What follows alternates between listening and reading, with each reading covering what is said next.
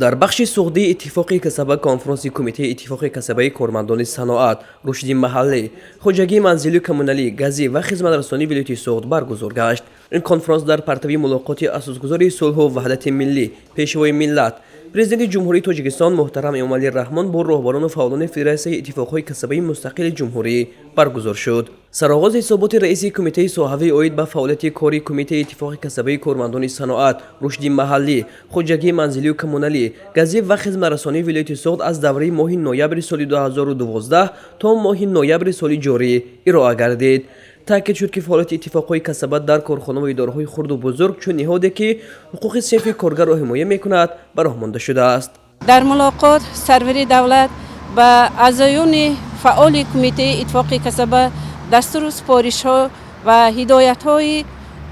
بخصوص برای پیشرفت فعالیت اتفاقی کسبه پیشنهاد نمودند که این برای ما از رئیسان کمیته اتفاقی کسبه همچون یک دستور هدایتی به شمار می رود. برای بهتر نمودن فعالیت کاری، حفظ مهنت کارمندان و اینچنین در بین کارگران حمایت نمودن حقوق و منفعت‌های کارمندان باید فعالیتمان را باز خوبتر و بهتر به راه مانیم. در این راستا ما کمیته اتفاق کسبه ولایتی نقش چاره‌بینی‌های خود را آماده کرده، عین حال در بین اعضایان کمیته اتفاق کسبه شهر و ناحیه‌هایی که تابعیت کارخانه ما می باشد کارهای فهماندهی گذرانده ایستادیم.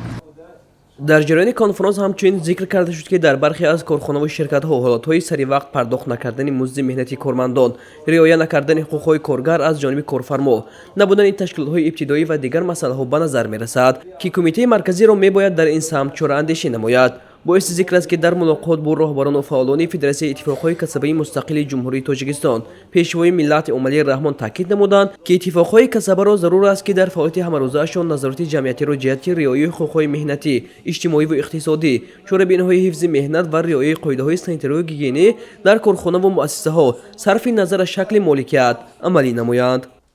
از گفته‌ها از اشاره‌های محترم جناب عالی بسیار بهره‌مند شدیم و این گفته‌ها این تاکیدها برای ما یک سرمشق کار خود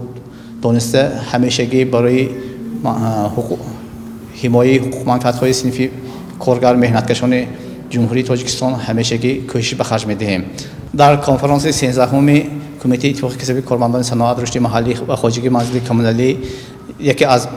معروضه‌های اولین درباره ملاقات جناب عالی می باشد و امروز ما بسیار می خواهیم که اون گفته‌هایی که از منبری بلند جناب عالی برای ما همچون